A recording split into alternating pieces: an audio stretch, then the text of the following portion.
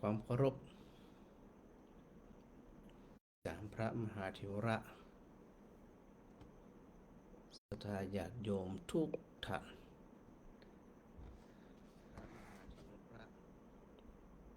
นี่เป็นวันจันทร์ที่17กุมภาพันธ์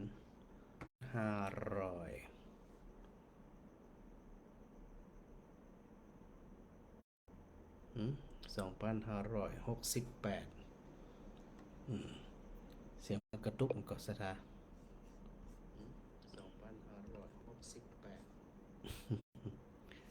อันโปรแกรม OBS มันเชื่อมสัญญาณบัดใดมันเป็นอย่างก็อันแต่ณเบื้องต้นเนี่ยบ่แน่ใจว่า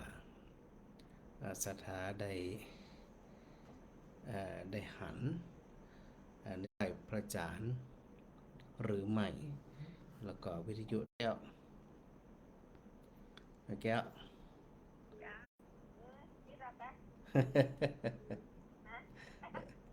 แล้วชัดดีเนาะดูเหมือนเราสัญญาณมันน่าจะมีปัญหาอย่างสักอย่างนี่ไหมกะตอนนี้เล่งเสียงเมื่อคืนนี่ฮะเดี๋ยวอีก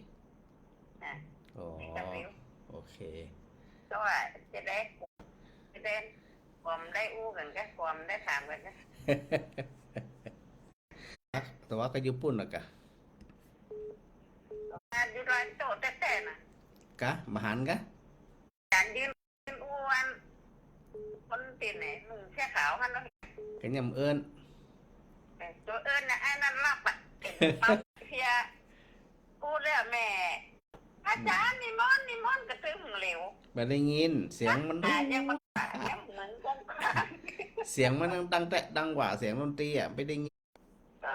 กำติสอนพระอาจารย์อู้ฮันดนตรีว่าจะมีเจแฮมเจ้ะกะเสียงสาระฮันแม่สาระแม่ก็ยืนอยู่ลายโตฮันน่ะรับไอ้ตัวหน้าจ้ะโอ้พระอาจารย์บอกแล้วพอไม้เป็นตัวก็แม่ว่าขี่เอิญแล้วอ่ะก็เลยแม่ว่าขี่ว่าโอ้ตึ้มเร็วรักตาแป้นตาตึ้มเหมือนจะได้ว่าปัญญาตาตั้มแตกนี่จังหวะตาน้อยไม่จังหวะแตะปัญญาตามาตั้มแตกอีหนาวเป็นห้องก็ตึ้มได้ยินนั่นกับตัวอ้วนแต่อ้วนว่าโอ้ขนาดนั้นแต่น่ะจะบ้ามหันดิจะบ้ามหันดิหันว่าจานน่ะโอ้เนี่ยได้ว่า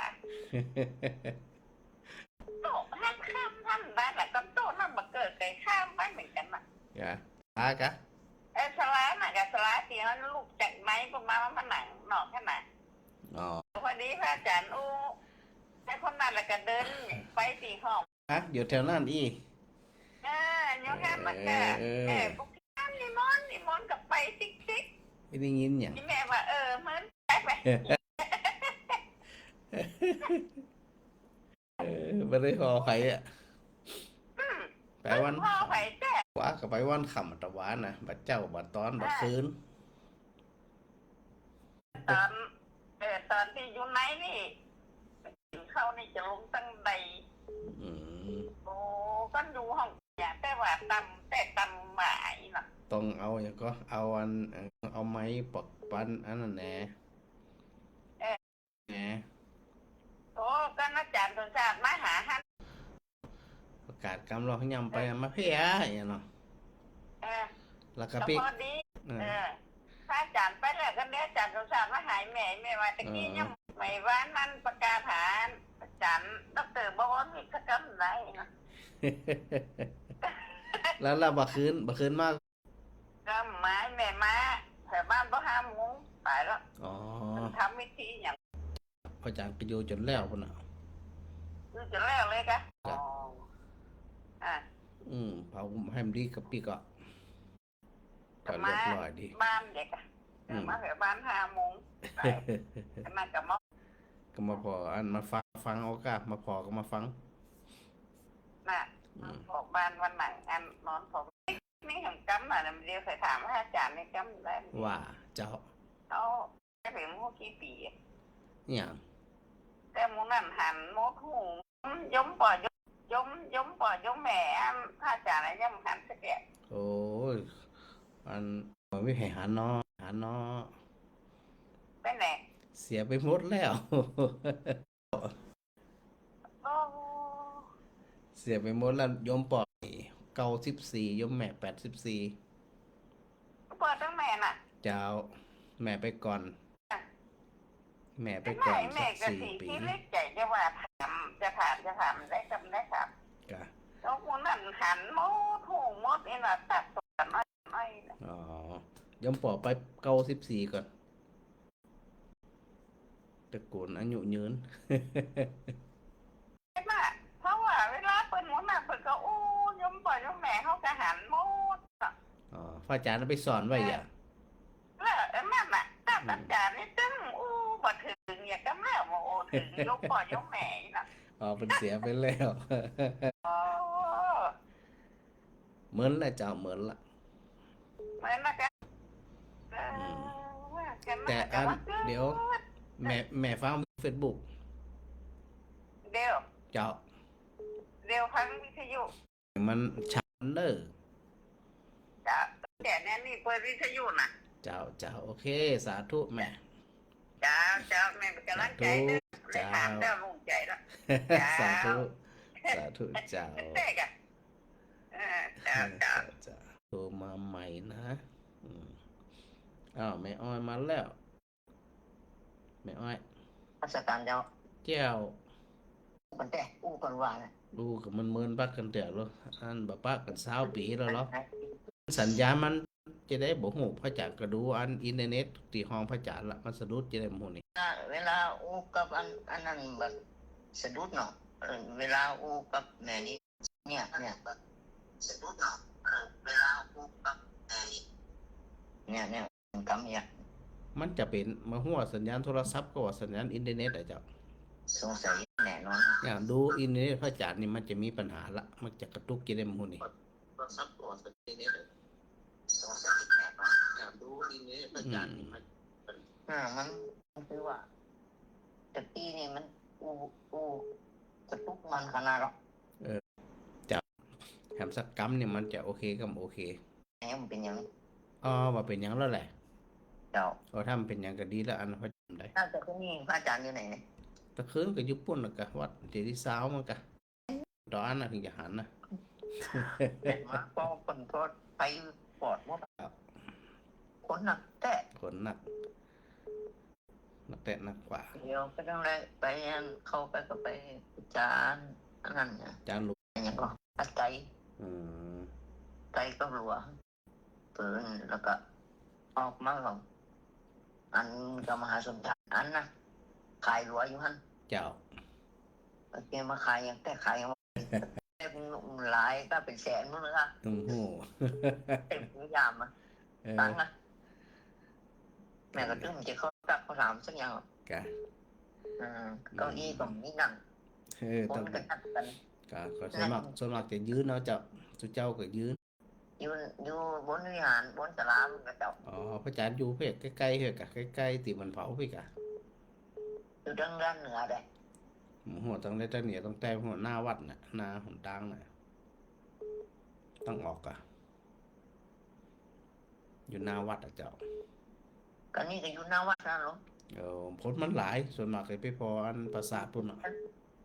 อยู่ที่อันไม่อยู่ที่รถดับเพลิงกันน่ะ อ๋ออืม ออกไหม ส่วนมากมาขายหันกันแล้วเพราะมันคนมันหลาย เวลาโอ้ยยิงมามันก็ทุกข์บ่ กะเวลาพระอาจารย์ดูคนเดียวกระตุกแหละ อ่า เดี๋ยวลองพอเนอะเดี๋ยวลองพอเจ้าสาธุแม่ เจ้าฟังนมัสการ สาธุเจ้าฮะแม่จันดี เจ้าไว้จ้าเจ้า เสียง วันนี้ออกสวนกะ วันนี้ออกโซดกะแล้วเสียงกระตุกก็เสียง ไม่ถูกเจ้าหายมันแต่ได้ยินเสียงหลายวันแล้ววะ กะส่วนมากไปงานปอยอะเจ้า ไปงานศพงานอย่างนี้เนี่ย แล้วดั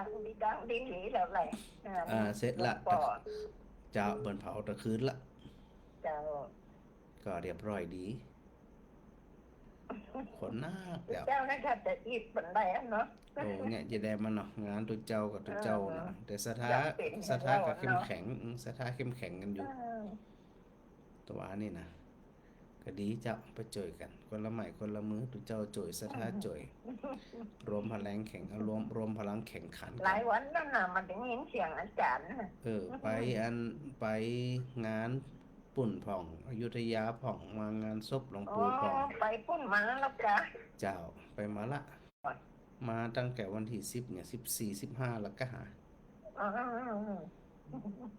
แต่ก็งาน มันได้กับเทพกับคุณอ่ะเนี่ยดูวัดศรีกระทุ่มบน ก็ม่วนดีฟังเทพแล้วม่วนดี มันได้ก็ถามกันฝนตกก็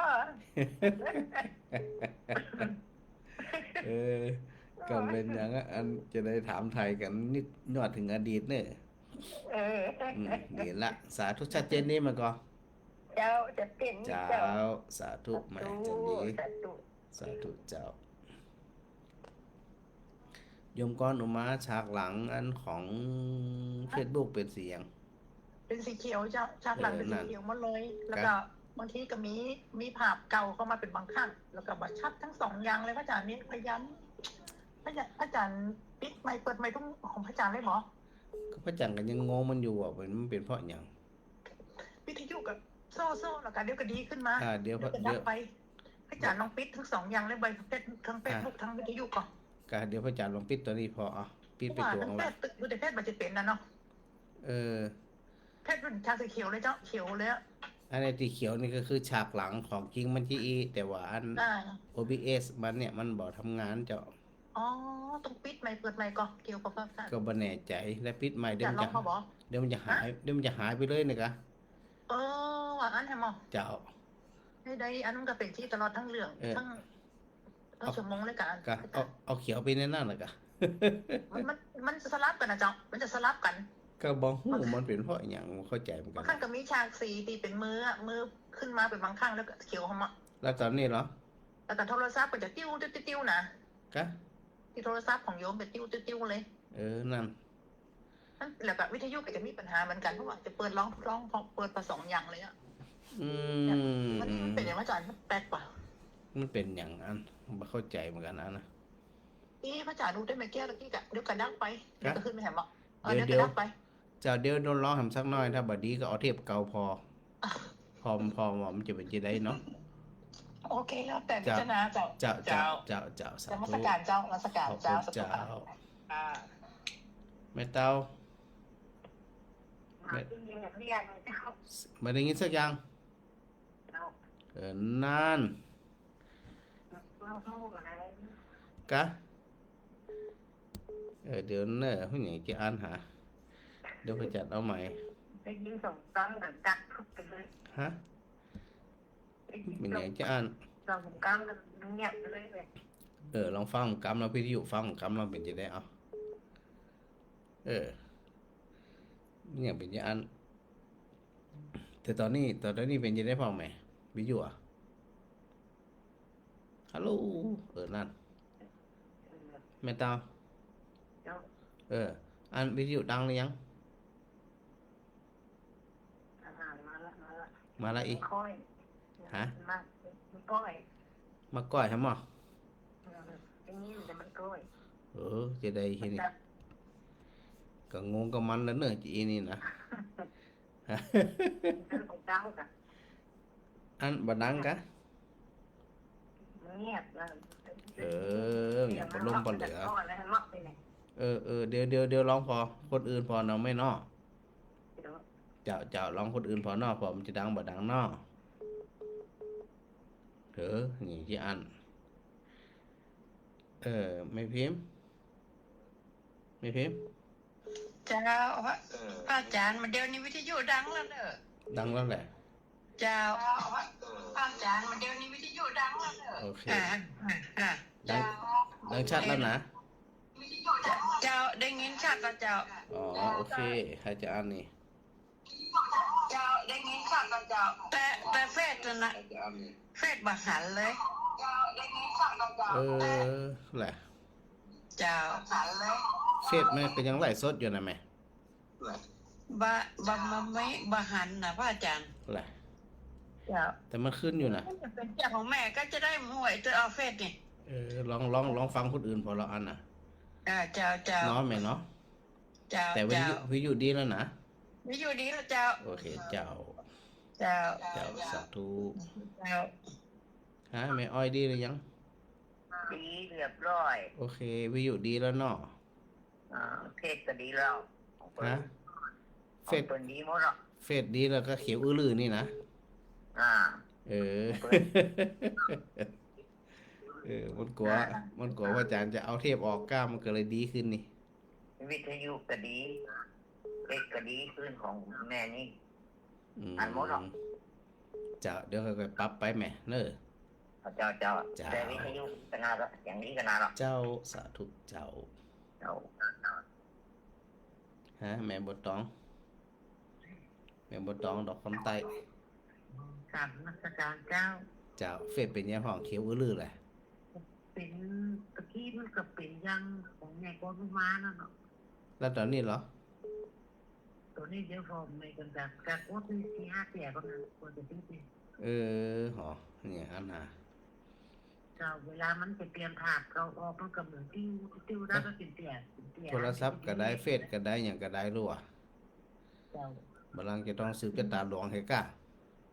เจ้านึกว่าเป็นการโทรศัพท์เจ้า อืม ผมแม่ก็รู้มาก็เป็นแบบเจ้าเนี่ยก็ เจ้า แต่ตอนนี้ลองฟังแม่พอเฟซดูอ่ะ พอเป็ดเจ้า อืม เจ้าดีเจ้าพอไหม เจ้าเนาะลองพอเนาะแม่เนาะ เจ้า แต่วิทยุชัดเจนนี่แม่ก็ อยู่เจ้าอยู่กับเราก็ยิ่งอย่าง แต่อะ เราลองขอเฟซกำได้ไหมเนอะ เจ้า เจ้าสาธุแม่บดตอง สาธุ สาธุเจ้า นี่ก็ขาประจำเลยนะดูติดตามทาง Facebook ตลอด แต่ Facebook มันบ่สามารถที่จะเอามาลิงก์ได้อย่างใดนะ นมัสการเจ้าอาจารย์ เจ้าหัน Facebook อ่ะ เป็นรูปนี้เจ้าปกติดีเจ้า สีเขียวอื้อลือเลย เจ้านั้นเป็นสีเขียวก็ได้ เออ แต่ก็มันมาอันนี้อย่างกับยกพอลงมาว่าแต่มันปกติดีเจ้ามาปกติก็ได้นะเจ้านะ เจ้าต้องจุดถูกเลยนะ กลัวอาจารย์ไปยกแม่ก็กลัวอาจารย์จะรับเอาเองเหรอ ถ้ามันบัดดีนี่รับรองเจอเทพแน่นอนอ่ะ แห่งโทรหาแต่กระตึ้งบัดกระติดมาได้ก็แค่แล้วมีอาจารย์จะรับเขียนใช่ไหมวันนี้มาดีหลาย เทพกับวิทยุก็ได้อันอินเทอร์เน็ตก็ได้ Facebook ก็ได้ มันดับอาจารย์ตะกี้อันวิทยุนั่นนะเอาวิทยุดับไปเหมือนอะไรเขา อินเทอร์เน็ตก็เพิ่งจ่ายไปเมื่อกี่วันนี่อินเทอร์เน็ตเนี่ย ก็ที่ตัวอื่นๆมันออมดังว่าอาจารย์มาแล้วก็ตึ้งอย่างบ่หูเนาะ เฮ้ยมันอย่างอันน่ะ ก็หมูยกแม่กันล้อฟังอาจารย์ เขาไปเผาบอลเขาไปเผาวะ คณะที่กับคณะที่กับอาจารย์กำลังแปลงอยู่กันอยู่แม่เลย แต่ตอนนี้โอเคก่อน เจ้าตอนนี้โอเคเจ้าอยู่กระดัง โอเค แต่ไม่การแบบนี้นะแต่มันเป็นสีเขียวก็ได้เจ้าอาจารย์ ฉากมันเป็นฉากหลังสีเขียวเวลาทำโปรแกรม OBS เนี่ยมันต้องใช้ฉากสีเขียวเจ้าเวลามันถึงจะหันภาพแต่ปรากฏว่ามันจะได้มันสตรีมมาได้เจ้าเดี๋ยวค่อยว่ากันโดยถามมันเจ้าหน้าที่กับ เอา เนาะ เจ้าไปแต่งไปอันนี้มันเป็นหนักกว่านี้มา เจ้าเดี๋ยวค่อยว่ากันเนอะ เจ้า เจ้าสาธุเจ้าฮะแม่มาไลฟ์ เจ้าว่าสายเจ้าค่ะจ้า สาธุเจ้า เมื่อกี้มันเสียงมันดังอึดอัดนะจ้าเดี๋ยวนี้ชัดดีแล้วจ้าชัดเจนดีแล้ว ตะกี้มันไปปักฝุ่น PM 2.5 หนักอย่า อ๋อ มันก็เลยโต้งบ่พด เจ้า อืม อาจารย์มาถึงได้เหรอเจ้า ไปไหน ท ที่ไปไหนก็ไป อยุธยา ทุก อยุ อย่าง ธยามาวันที่15เจ้า อ๋อมาวันที่15เจ้า เจ้า เดี๋ยวก็มาถึงแล้วก็สมาได้แหละอา เจ้า จารย์แห พอ ละ มาถึงเราก็เจองานศพหลวงปู่ไปร่วมไปฟังสวดผ่องหยังผ่องอีกกะ อ๋อเจ้า ก็อันเจ้าก็พากันไปหมดอ่ะ มาถึงขึ้นมาปลายทางแล้วดีแล้วเนาะอาจารย์เนาะ เจ้าสถาก็ถามไทยกันวนๆน่ะ เจ้าเดี๋ยวก็ฟังเทศของฟังเทศกับหมอนนี่ก็แม่ก็ฟังได้กูยังเจ้า เจ้า นั่งฟังนอนฟังของ แต่ตอนนี้มันโอเคแล้วนะแม่เนาะ เจ้าโอเคแล้วเจ้าพระอาจารย์เจ้า เจ้าสาธุแม่มา เจ้า ลัย พระเนาะพระอาจารย์เนาะสาธุเจ้าสาธุเจ้าสาธุเจ้า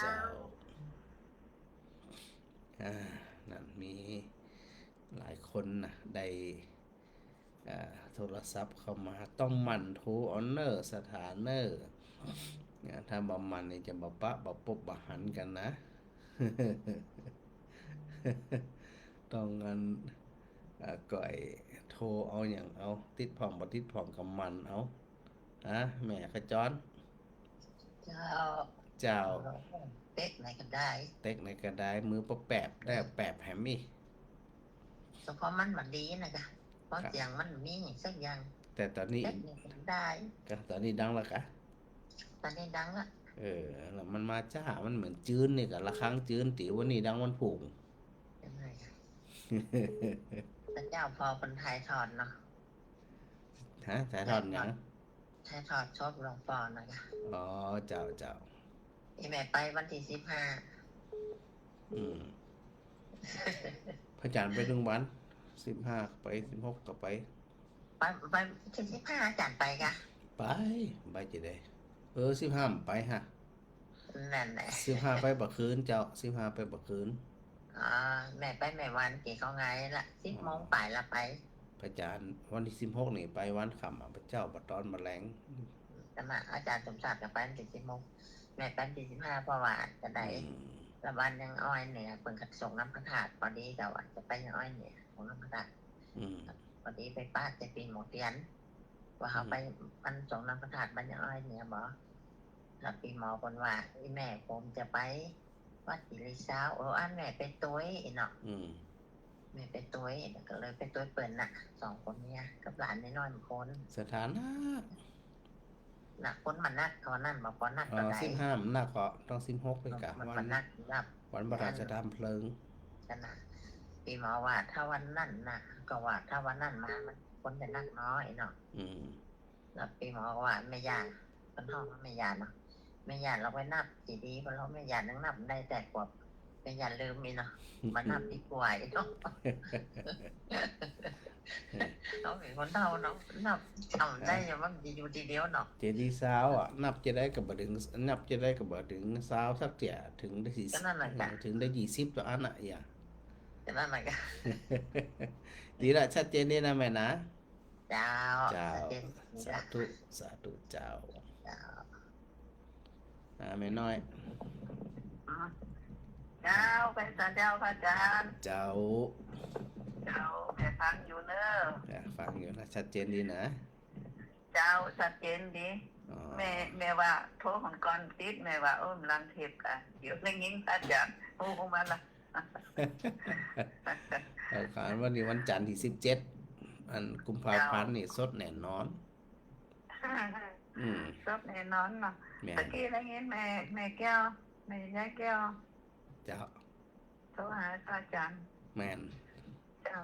แม่จะแกโทรมาดีแล้วเหรอ เจ้าจบหลวงพ่อนี่ไทยคนนักเนาะแม่พออะไรสดเดียว นักเจ้าวันที่16นี่นะขนาดอ่ะ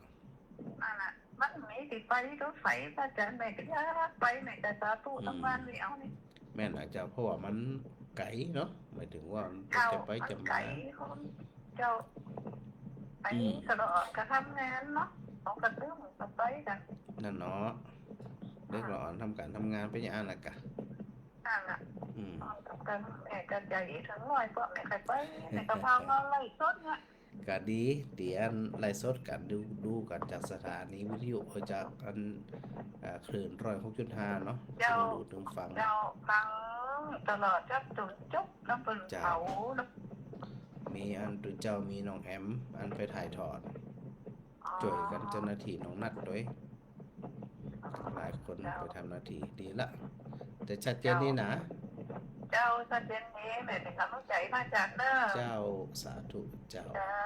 เจ้าสาธุเจ้า ก็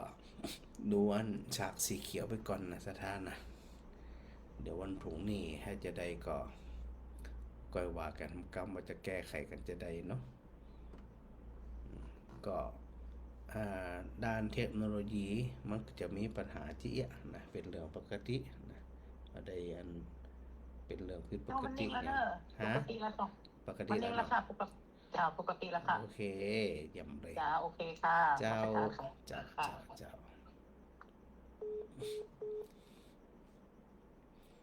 ขอบคุณสถาญาติโยมทุกท่านที่จะได้แจ้งผลการรับฟังกระจ่างตัวเนาะถ้าบ่จะอ่านเนมจีหู้ว่ามันชัดบ่ชัดจะได้อย่างเกี่ยได้เพราะประจานบ่ได้อันนี้วิทยุน้อยๆเปิดฟังไว้นะบ่ได้มี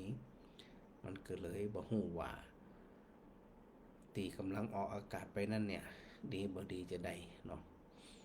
ก็ช่วงที่ผ่านมาที่พระอาจารย์ได้บอกสถานแล้วว่าวันที่อย่างเนี้ยวันที่อัน12เนาะวันที่12เนี่ยเป็นวันมาฆบูชานะแล้วก็อย่างพระอาจารย์เองเนี่ย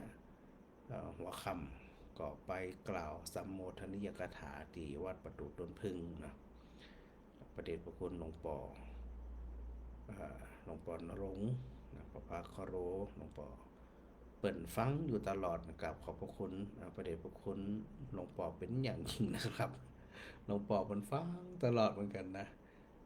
สังเกตว่าเวลาป้าเปิ่นเวลาไปกล่าวสมโภชนิยกถาเปิ่นจะถามเรื่องนั้นเรื่องนี้เรื่องที่อู้กันในรายการเนี่ยนะต้องกราบขอบพระคุณหลวงปอเป็นอย่างยิ่งคือว่าเป็นการให้กำลังใจกับพระลูกพระหลานนะหลวงปอขอบคุณจันหลายแล้วก็ศรัทธาไปฟังธรรมไปสวดมนต์กับหลวงปอกันนักกันหลายนะล้นออกไป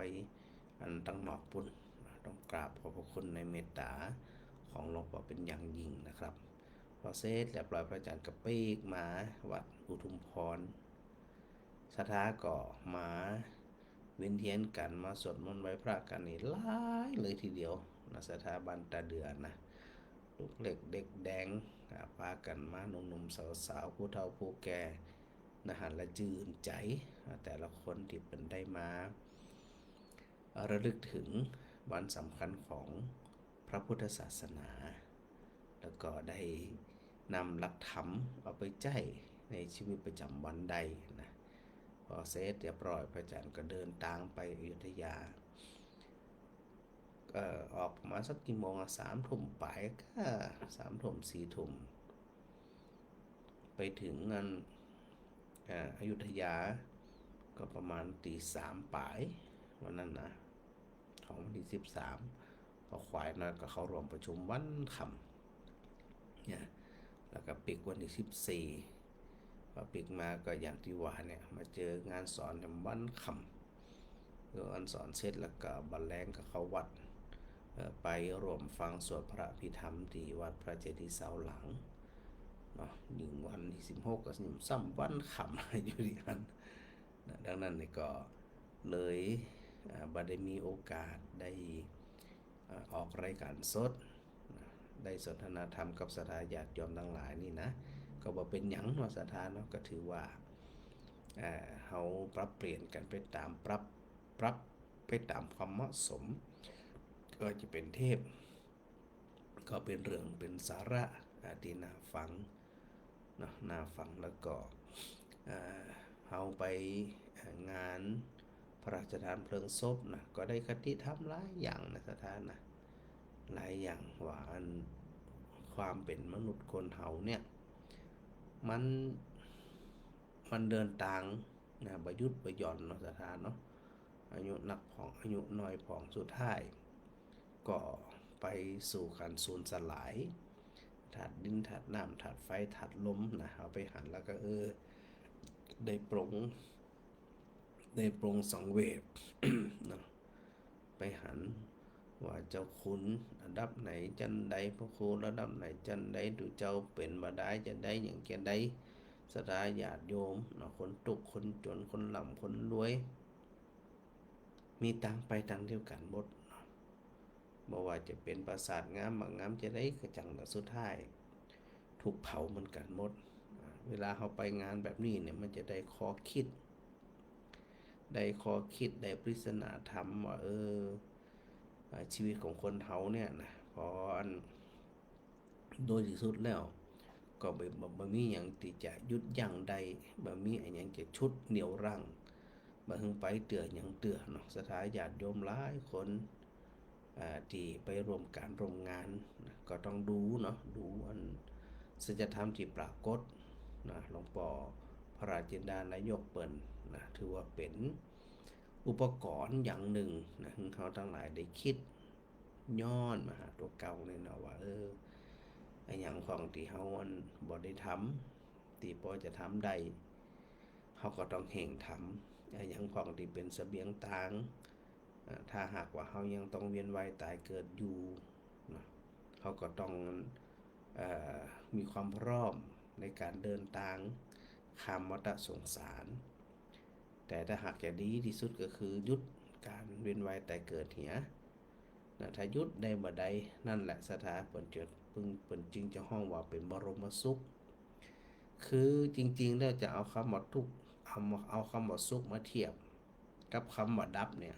มันบ่ได้เนาะแต่ว่าเป็นคำเปรียบเทียบเราทั้งหลายได้ฮู้ว่ามันเป็นบรมสุข คำว่าบรมสุขที่สุดก็คือจะได้สุขจนประมันมีสุขทุกข์แต่บ่ต้องอู้ถึงนะขณะสุขมันยังมีทุกข์ก็บ่มีเหมือนกันถ้าไปหันจีแล้วหนังกับโปรงตกเหมือนกันนะสถานนะปิกมานอนก็คิดว่าคนเฮามันก็ยังปล่มปเหลือเนาะ นอนก็แขนเนี่ยหมอนเห็ดแกนหนึ่งผ้าปูเหี่ยพื้นหนึ่งนะตื่นมาตื่นหุ่มหัวตัววันต่อไปเนี่ย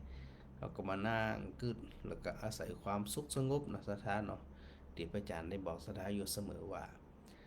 เมื่อสถานอยู่บ้านคนเดียวเนาะก็อาศัยความสงบนั่นเนี่ยเป็น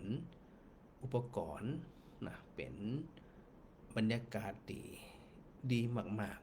ๆนะกับคนเฮาเวลาอยู่คนเดียวซ้ำให้อยู่ห้องคนเดียวซ้ำให้สถานนะเงียบหมดนะปิดวิทยุปิดไอ้หยังต่อไอ้หยังมันเงียบพอมันเงียบแล้วโดยสภาพหรือโดยสภาวะแห่งความวิเวกเนี่ยมันเนี่ยคือความคิดของเขาเนี่ยมันโปร่งโล่งบ่มีไอ้หยังมามึนตึบ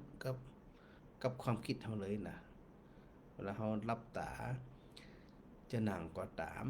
จะนอนก็ตามเนี่ยมันระลึกถึงว่าขณะนี้เนี่ยสภาพจิตของเฮาเป็นจังได๋นะก่อนนอนเนี่ยเฮาเข้าใจสภาพธรรมจะได้หรือไม่มันช่วยได้นะสถานนะว่าเฮาเข้าใจสภาพธรรมมากน้อยแค่ไหนอย่างจะได้เป็นจะได้นี่นะถ้าเฮาเข้าใจที่พระอาจารย์นิว่าแล้วมันน่าจะเป็นช่องทางเฮาทั้งหลายเนี่ยได้พิจารณาเห็นความเป็นจริงที่มันปรากฏขึ้นหรือบางทีเนี่ยช่วงที่เฮานอนอยู่เนาะช่วงที่เฮานอนอยู่เนี่ยนะพิจารณาเห็นเนาะคนชอบคนจังคนหักคนหลงเนี่ยไปต่างๆนานาซ้ายผ่องขวาผ่องถ้าเอาอันตัวสัจจะหรือว่าตัวความเป็นจริงมาเป็นตัวตั้งเนี่ยมันมันเต่ากันเนาะสถานเนาะมันจะเต่ากันเลยมันแบบมีไอ้อย่างเป็นไอ้อย่างละมันจะเต่ากันเลยถ้าเขาเข้าใจที่นะสถานนะมันเนี่ยเขาเนี่ยวางเรื่องราวต่างๆทิ้งเลยตอนเขาคิดว่าวันพรุ่งนี้เขาจะมีโอกาสตื่นขึ้นมาหรือไม่ก็ตามแต่ณขณะเนี้ยคืนเนี้ยช่วงที่เขาจะนอนเนี่ยเขาผ่องใสเพราะอย่างเรื่องราว ที่ชอบก็บ่ชอบทั้งหลายเนี่ยมันมากระทบกับหายไปสูญไปมากระทบหายไปสูญไปนะถ้าเขาเข้าใจที่อีเนี่ยพระอาจารย์จึงบอกสถาญาติโยมอยู่บ่อยๆนะเนาะว่าต้องฝึกฝนเอาคนเดียวเฮาโดยระลึกถึงจุดหมายปลายทางนั่นก็คือโดยที่สุดแล้วเนี่ยแต่ละคนก่อไปสู่ความตายกันทั้งสิ้นแต่ว่าช่วงเขานี้ยังบัดตายเดือนเนี่ยหำหัวเวลาเขาเข้าแถวนะเขาจะเข้าแถวแบบไหนจะได้เขาก็หูเนาะเขาก็บวาดวันเนี่ยอย่างสถาหลายคนฟังแล้วก็อู้มาอยู่เสมอเนี่ยบวาดวันบักเกรงกลัวคนดีบ่มีความหวาดหวั่นต่อความตายบ่เกรงกลัวต่อความตายบ่สุขสะท้านต่อความตายต้องเป็นคนที่มีความพร้อมตายก็ได้บ่ตายก็ได้บ่ตายก็ดีได้ทำหน้าที่มุ่งบำเพ็ญบุญบารมีไปตามกำลังเฮานะตามกำลังเฮานั่นพอเฮามานอนเนี่ยมาพิจารณาวันนี้วันค่ำเนี่ยเฮาเจอเหตุการณ์อย่างพ่องนะโดยจิตของเขาเนี่ยแต่ละช่วงของวันเนี่ยมันมีสภาพจิตเป็นจะใดมันหดหูห่อเหี่ยวเศร้าหมองเสียใจน้อยใจบ่สบายใจหรือว่าสภาพจิตใจของเขาวันนี้สุขใจสบายใจดีใจปลื้มใจพอแค่เนี้ยไปสังเกตเห็นแค่เนี้ยเขาบอกอย่าคนสังเกตเห็นไปอย่างเสียแต่ปล่อยมันก็อยากหึงเฮาเนี่ยเบาลงปล่อยลงก็ต้องฝึกเนาะสถานเนาะถ้าเฮาบ่ฝึกเนี่ยเฮาก็มัวสารวนกับเรื่องโน้นเรื่องนี้โดยเฉพาะเรื่องของคนอื่นเฮาจะไปใส่ใจอยู่เสมอเนี่ยเพิ่นจึงบอกว่าเวลามีอายุแก่ขึ้นอย่างขึ้นอย่าเอาเรื่องของคนอื่นมาแบกเป็นภาระของใจเฮามีเวลาละเวลามันน้อยลงเสียเวลากับเอาใจเนี่ยไปคือมีความตุกเพราะเรื่องโน้นเรื่องนี้บางคนบางทีผมจะฮู้จักนะเฮาก็จะฮู้จักเขาก็จะฮู้จักเฮานะแต่ว่าจะได้เฮาเนี่ยไปจึงไปใส่ใจเขาเป็นอย่างมันเป็นแตะเป็นว่าก็มันยังบอกว่าอันระลึกถึงความเป็นจริงที่มันเกิดขึ้นกับตัวเฮากับใจเฮากับความเป็นอยู่ของเฮาเพราะเฮาอายุหลายแล้วไง มันมีเวลาคิดอย่างอื่นเลยนะสถานเนาะคิดมาเหมือนละคิดมาหลาย10 ปีก็ถือโอกาสมาคิดเหี่ยพองเขาจะได้หูถึงความแตกต่างว่าระหว่างคิดมาตลอดซึ่งในน้อยน่ะมันเหมือนแกงโฮกเดี๋ยวเรื่องนั่นเดี๋ยวเรื่องนี้นะส้มกำใจหวานกำใจผมกำใจยังกำใจนะ แต่ถ้าเขาเข้าใจแล้วมันก็แค่นั้นเนาะอยู่ไปทำหน้าที่ไปทำการงานไปตามหน้าที่ตามบทบาทของเราเก่านะถ้าเขาคิดที่อีแล้วเนี่ยสถาถึงจะรู้ว่าช่วงชีวิตช่วงเวลาที่เหลือนั่นเนี่ยเขาสามารถที่จะปรับความเป็นอยู่ของตัวเขาเองเนี่ยอย่างสบายอกสบายใจนะดังนั้นเนี่ยก็อย่าไปเศร้าหมองอย่าไปกังวลหยังนะก็พยายามสังเกตความรู้สึกตัวเองบ่อยๆนะสังเกตมันยังมันบางทีเขาเผลอเขาลืมตัวเผลอพองลืมตัวพองหูตัวแหมทีเนี่ยกระตุกไปละเศร้าหมองไปละนะพอมันตุกมันเศร้าหมองมันก็จะไปมีความสุขอย่างแต่ก็ยังดีนะยังดีตัดที่ว่าเฮาเนี่ยมีสติสัมปชัญญะมีความรู้สึกระลึกได้ขณะใดขณะหนึ่งแต่ถ้าหากว่าเฮาใส่ใจมันดูแลมันแล้วก็อันเนี้ยยังมันนี่นะเขาจะหู้เราเขาเผลอไปนี่เนาะ พอเขาหู้เขาเผลอไปละก็กลับมาใส่ใจใหม่พิจารณาใหม่ก็ดูแค่เนี้ยมันเจดีดูอย่างนักนะที่เป็นดูอันสภาพจิตดูอันอย่างที่มันเกิดขึ้นดูมันเกิดแล้วมันดับไปมันเกิดแล้วมันดับไปเปิ่นจะดูอย่างไรแล้วแต่มันหาหมู่เฮาเนี่ยมันดูมันได้สักอย่างสังเกตกับบัดตันนะ หนำซ้ำนี่ใจมันเนี่ยมาเอาตัวเองนะเอาใจบ่เอาตัวมันก็แย่ก็ไปที่กะไปเรื่องนั่นเรื่องนี้เอาเรื่องเมืองเรื่องมาใจเป็นเรื่องของตัวเขาสักหน่อยนะแต่ก็กลับมาหึงใจตัวเก่าเนี่ยเป็นทุกข์อยู่เสมอดังนั้นสถาก็ลองรู้เนาะว่าชีวิตของเขาที่ผ่านมาเนี่ยมากมายกายกองหลายเรื่องหลายราวชีวิตที่เขาได้ไปปะไปพบเหตุการณ์สัมพันธ์อย่างต่างๆนี่นะที่พระอาจารย์เคยอู้กับสถาแล้วว่าพระอาจารย์เดินทางมาหลายตีหลายทางเนาะสถาเนาะก็ไปเดินทางหลายตีถึงไปทำหน้าที่ศาสนกิจโดยไปทัศนศึกษาเรียนรู้โดยเนี่ยบ่ว่าคนประเทศไหนนะบ่ว่าจะเป็นฝรั่งไทยแขกจีนโดยสภาวะโดยธรรมชาติจะเหมือนกันหมดเลยอย่างสถานะเหมือนกันหมดบ่มีความแตกต่างเวลาเสียใจให้เหมือนกันสะอึกสะอื้นเหมือนกันเวลาดีใจก็น้ำตาไหลเหมือนกันนะกิริยาอาการเหล่านี้ของคนทั่วไปที่พระอาจารย์เคยบอกว่าหมาเนี่ยเวลามันเห่าบ่ว่าหมาฝรั่งหมาไทยหมาแขกหมาจีนมันก็เห่าเหมือนกันแต่มันจะอู้กันหู้เรื่องรู้ใหม่ก็มาหัวนะแต่ว่าหมาน้อยหมาใหญ่ลักษณะการเห่าเหมือนกันไก่ก็เหมือนกันนะไก่เวลาขันเนี่ยบ่ว่าไก่ประเภทไหนเหมือนกันหมดอันนี้เพิ่นว่าเป็นสภาพธรรมเป็นสปีชีส์เป็นสภาพธรรมเป็นที่มันเป็นอยู่นะนั้นเวลาเขาเข้าใจเขาจะแปลกละเพราะว่าโดยสภาวะโดยสภาพโดยธรรมชาติ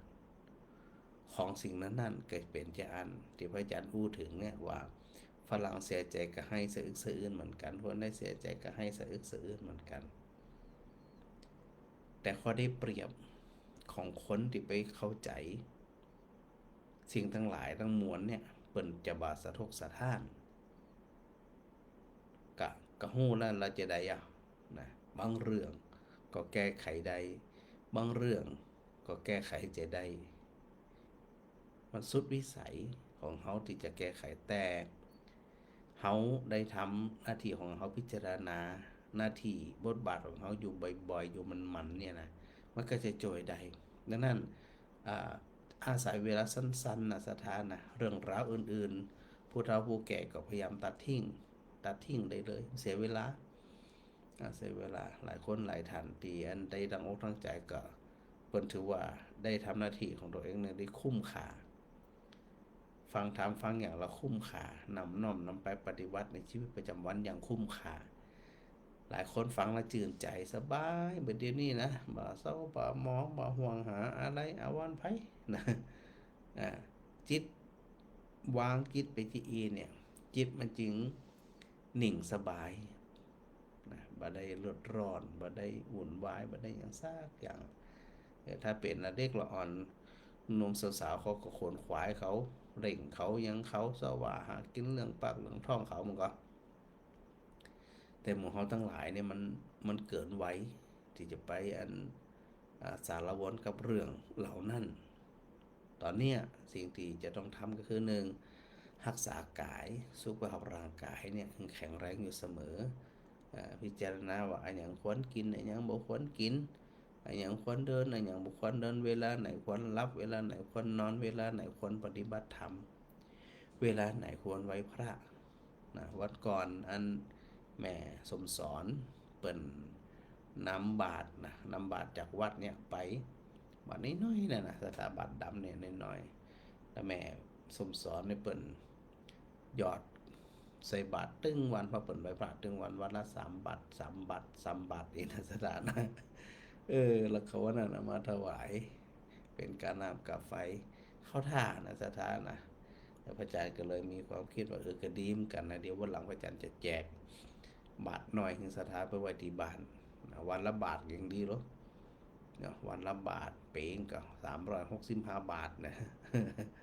เอามารวมมันเป็นการน้ำกาไฟการบำรุงศาสนาวัตถุศาสนสถานอย่างโมนี่นะเดี๋ยวพระอาจารย์เดี๋ยวไม่แน่ใจว่าในวัดมีหรือไม่นะบาทนะเดี๋ยววันพรุ่งนี้จะให้ทุกเจ้าสอบขอก่อน เพื่ออันศรัทธาคนใดสนใจเอาไปไว้ที่บ้านหยอดวันละบาทก็ได้นะคือว่าเติมบุญวันละบาทมันจะได้ มีความสุขบ่ต้องอย่างเราได้มันต้องคิดอย่างหลายแต่ที่จิตเขาจะไปสัมพันธ์อยู่เสมอก็คือเขาได้เสียสละวันถึงวันถึงวันถึงวันถึงวันเนี่ยพอจิตมันสลัดมันปลูกฝังในเรื่องของการฮือไปใส่บาตรไปฮือไปใส่บาตรไปแต่ละวันต้องบักขาดนะบักขาดสักวันเลยก็เลยอนุโมทนากับแม่สมสอนยศเสนาเปิ้นเดี๋ยวสถาบ้านตาเดือใครสนใจจะได้หรือว่าสถาที่ไหนสนใจจะได้จะมารับเอาบาทก็เดี๋ยววันหลังพระอาจารย์จะให้เงินตุเจ้าเปิ้นได้เสาะหาไว้ก่อนนะ เข้าท่านะเป็นการสละวันละบาทก็ยังดีแล้วก็จิตมันจะได้อันอยู่กับการจิตมันจะได้อยู่กับการอันปล่อยวางแล้วสิ่งสำคัญก็คือมีส่วนในการรักษาสืบทอดจันลงพระพุทธศาสนาโดยการน้ำกาไฟกาอันนู่นนี่นั่นดีอันพังทลายไปตามธรรมชาตินะก็พยายามปรับปรุงซ่อมแซมแก้ไขบูรณะปริสังขรณ์ไปอันนี้ก็ถือว่าอันเป็นเรื่องที่ศรัทธาญาติโยมได้ปากันทำอย่างทำนะไม่เดี๋ยวนะแต่ว่าทำมันทำถึงวันศรัทธาธรรมจีเนี่ยบ่มีวันไหนที่บ่ได้ทำบุญบ่มีวันไหนที่จะบ่ได้หึงตาลบ่มีวันไหนที่จะจิตใจเนี่ยจะเป็นคนที่มีความตระหนี่และสิ่งสำคัญใจมันจะแนบแน่นอยู่กับการแบ่งปันเกี่ยวกับการนะอย่าลืมพุทธศาสนาก็อยู่กับหมู่เฮาทั้งหลายตัวอย่างตัวเนาะแม่บัวตองอินสุวรรณก่อนมาในใจว่ามีไผตักมามันรุดมันหายไปน่ะสถานะมันโทรมาใหม่มันอันพิมพ์ข้อความมาใหม่ก็แล้วกันเนาะแม่บัวตองฟังถึงวันนะอันนี้เป็นแฟนบันแท้แท้ๆนะนอนนมัสการพระอาจารย์มาแม่กับสีขันแก้วนะเป็นจะได้พองเนาะตอนนี้นะฟังอยู่นะยมต้อยชลีดากรุงเทพนะกลับมาแล้วหรือนะกลับมาเรียบร้อยหัวอันจะไปไหนจะได้อย่างจะได้นี่นะ แล้วก็แม่สมสอนยศเสนาเปิ่นก็ฟังถึงวันเหมือนกันแล้วก็ถักทายสถาบราแวกนี่บัวจะเป็นตาเดือหรืออันบ้านต้นตองบ้านสายไตบ้านต้นยางบ้านพี่ใจโอ้ยแถบนี่ฟังกันหลายแต่เปิ่นบ่ได้โทรบ่ได้เนาะ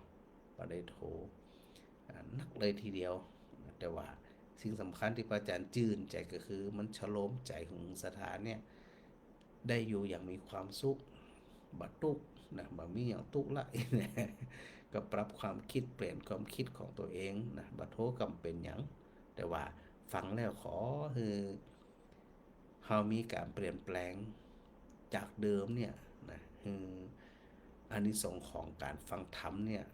อานิสงส์ในจากนี้เนาะสถานเนาะ